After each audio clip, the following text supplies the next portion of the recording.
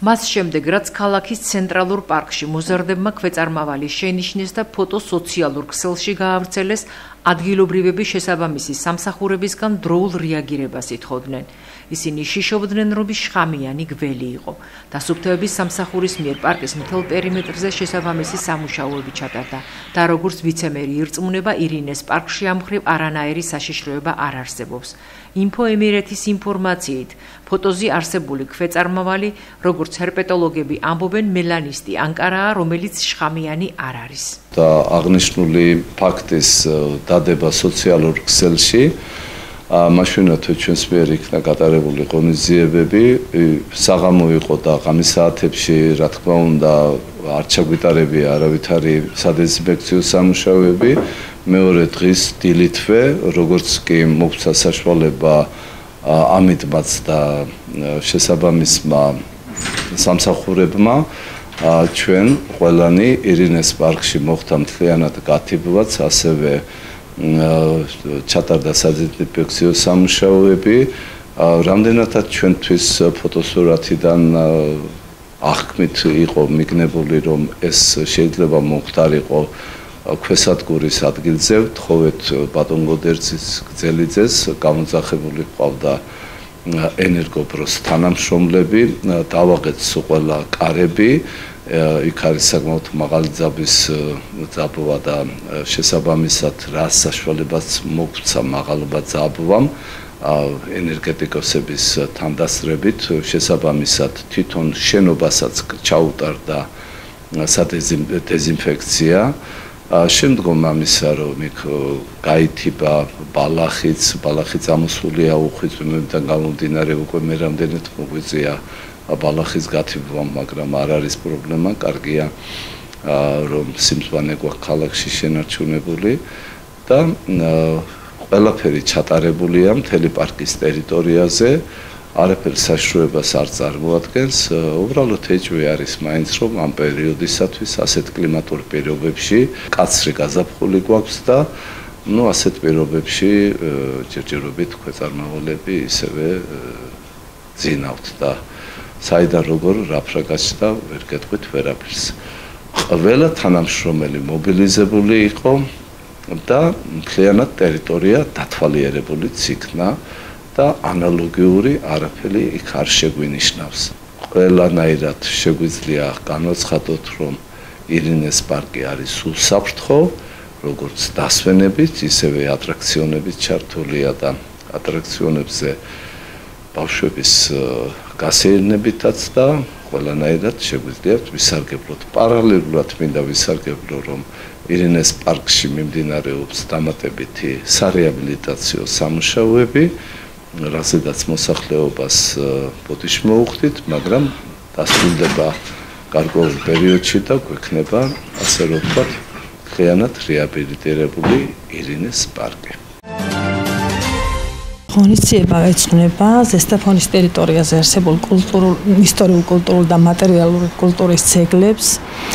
ინიციატივით მოგმართა ზესტაფონის საქალაქო ბიბლიოთეკამ და მე-9 კლასის მოსწავლეებით გადავწყვიტე, რომ მოგვეძიებია ინფორმაცია ბავშვებმა თვითონ მოიწიეს, პრეზენტაცია თვითონ გააკეთეს და როგორც ხედავთ, ფართო საზოგადოებას დღეს წარუდგენთ ჩვენი რაიონის კულტურული ძეგლების ისტორიას. ყველა სოფელში არის კულტურული ძეგლი, ზოგი ნანგრევების სახით, ზოგი შედარებით უკეთ შემორჩენილი, ზოგი შედარებით დაზიანებული, მაგრამ თითქმის ყველა სოფელში ტრიალებს სიძველის სუნი. შორაპნის ციხე, ეს არა მარტო ზესტაფონის, არამედ საქართველოს ერთ-ერთი პირველი მთავარი ქართლის პირველი მეფის ფარნავაზის მიერ აგებული და ძალიან მნიშვნელოვანია. ზესტაფონის საერთოდ არ არსებობდა, როცა შორაპანში ეს ციხე აიღო და შორაპანის საერისთავოს ცენტრს წარმოადგენდა და მე ძალიან მიხარია, რომ ბავშვები დაინტერესდნენ ამ თემებით და წამოწიეს წინ ისეთი მატერიალური კულტურის ძეგლების ისტორიაც აღმოაჩინეს და მოიწიეს, რომლებიც ფართო საზოგადოებაში ცნობილი არ იყო და ვნახოთ რა გამოგვივა დღეს. დაემთხვა და ძალიან გამეხარდა და მიხარია საქალაქო ბიბლიოთეკას მოწვეული ყავს ტაბაკინის მონასტრის წინამძღოლი, რომელსაც თავის მხრივ სტუმრად ყოლია გერმანიიდან ერთ-ერთი ტელევიზიის წარმომადგენლები, რომლებიც ამზადებენ ერთსაათიან ფილმს ტაბაკინზე და აი ჩვენც მოხვდით ამ გადაცემაში. სულ შემთხვევით. დიდი სიხარულით დავთანხმდით ამ ყველაფერს, რადგან მოგვიწევდა ჯგუფური მუშაობა და ეს ჩვენთვის ძალიან საინტერესო პროექტი იყო. მე პირადად შორაპნის ციხეზე მომეწია მუშაობა. შორაპანში ცხოვრობ კიდეც და მაქვს კიდეც სოფელი და უფრო საინტერესო გახდა ეს ჩემთვის, რადგან უფრო მეტის გაგება შემეძლო. მოვიძიეთ ინტერნეტშიც, ფოტოები ჩემი გადაღებულიც იყო რამოდენიმე ინტერნეტშიც მოვიძიეთ და ეს ერთიანად შევკარით პროექტი და ძალიან საინტერესო გამოვიდა საბოლოო ჯამში. ამ დრომდე საქართველოში დადგენილ 18 უქმე დღეს, რომლებიც საეროვან მართლმადიდებლურ საეკლესიო დღესასწაულებს ემთხვევა, შესაძლოა კიდევ 9 საეკლესიო დღესასწაული დაემატოს. ეს მოსაზრება ჯერ საკანონმდებლო წინადადებაა, რომლითაც პარლამენტს თბილისის ანჩისხატის ტაძრის რეგენტმა ზაალ წერეთელმა მიმართა. დოკუმენტში წერია, რომ ყურადღების მიღმა დარჩენილი არაერთი უმნიშვნელოვანესი საეკლესიო დღესასწაული, რომელთაგან 7 12 მოციქულთა სწორის და დიდი წმინდანის ხსენების დღეა. მორწმუნეები სამსახურის გამო ვერ ახერხებენ ეკლესიებში მისვლას და ღვთისმსახურება თითქმის ცარიელ ტაძრებში აღესრულება. აღნიშნულია პარლამენტში გაგზავნილ წერილში.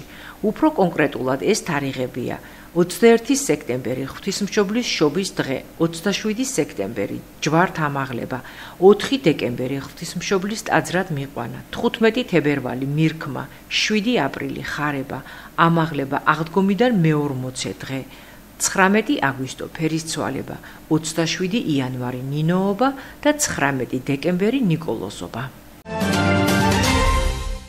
ქალაქ ქუთაისში ფონდმა ბოლო 4 წლის განმავლობაში უკვე 230 მილიონამდე საინვესტიციო მიმართულების პროექტები განახორციელა. მათგან ძირითადი ნაწილი უკვე დასრულებულია, როგორიც არის ერთ-ერთი უმნიშვნელოვანესი პროექტი ქალაქისთვის ოლიმპიური აუზი, შენგელიას სახელობის არენის სრული რეკონსტრუქცია, რეკონსტრუირდა და აშენდა რამოდენიმე ახალი საბავშვო ბაღი და სკოლა. შესაბამისად, მიმდინარე პერიოდში ხოლო დღეის მდგომარეობით უკვე 150 მილიონ ლარზე მეტი აღირებულება პროექტების, რომელიც მიმდინარეობს ქალაქის ცენტრში, ძველი ქუთაისის ნაწილში, ისტორიულ ნაწილში, რომელიც ძალიან მნიშვნელოვანია როგორც ქუთათურებისთვის, ასევე მთელი საქართველოსთვის და ძალიან დიდი ატრაქციაა ტურისტებისთვის.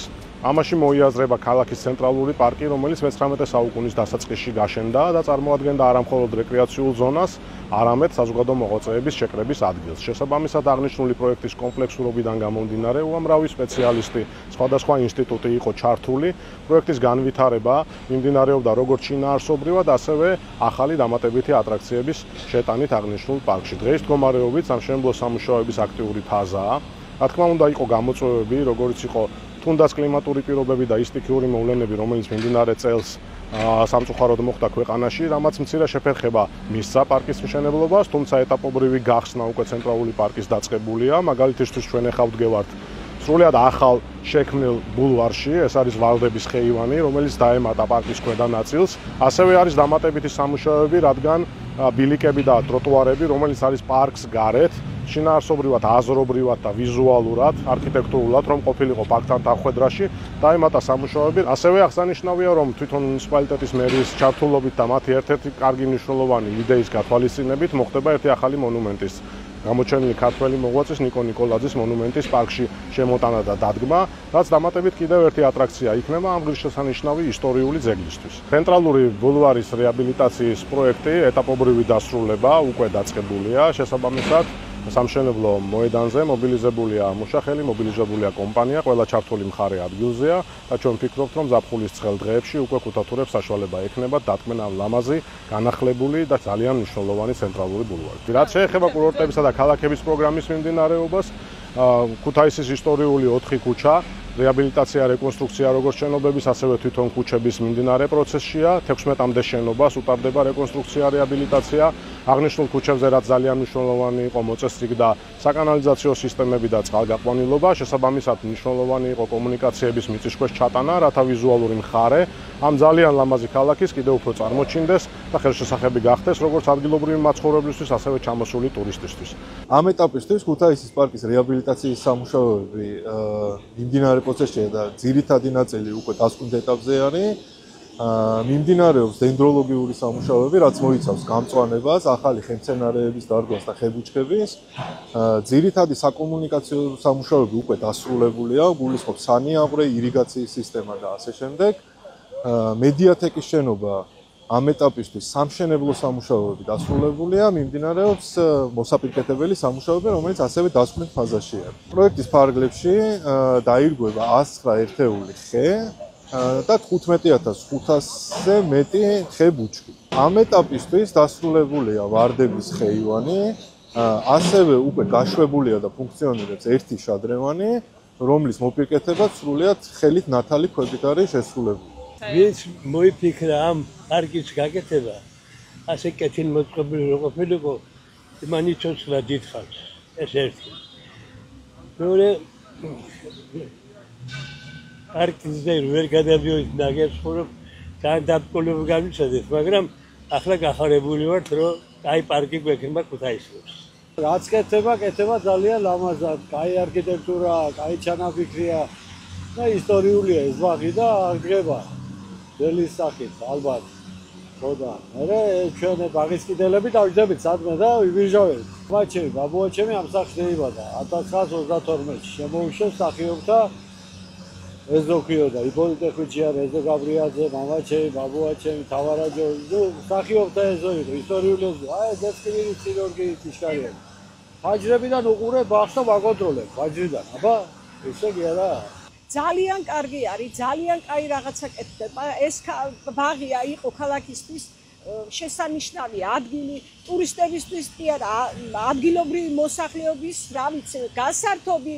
ჩვენ ახლა მე აგერ ცხოვრობ ახლოს და თითქმის ყოველდღე რამდენჯერ მიწევს გავლა გამოვლა და ადრე იყო ძალიან, რა ვიცი, არ იყო კაი მდგომარეობაში და ეხლა რაც კეთდება, ეს არის ძალიან კარგი, მივესალმები თუ რამე კარგი გაკეთდება და ყველას მოეწონება, რა თქმა უნდა და ტურისტები მით უმეტეს აღთოვანდებიან და ძალიან კაი რაღაცა კეთდება ქალაქში. მეც ამ ცენტრის მობინადრე ვარ, აქ სადღაც 100-200 მეტრში ვცხოვრობ.